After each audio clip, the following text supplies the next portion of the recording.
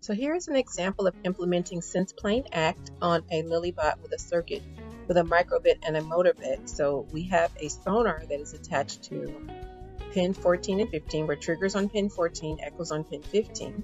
Then that reads the distance in inches. If the distance is greater than 0 and less than 10 inches, then the robot will make a frown and the wheels will stop, turn, and spin briefly. And then once the distance is back to greater than 10 inches, which means no object, the icon on the robot will change to a smile. Then the robot will randomly wander by picking a random number between 50 and 100 for the left wheel and 30 and 80 for the right wheel. There'll be a short pause, and then it goes back to reading data again. This is SensePlane Act with a microbit motor bit on a Lilybot as part of Engineering 101 Robot Behaviors Week. And in the next video, we will take a look at this action on our robot. Please come back and stay STEMtastic.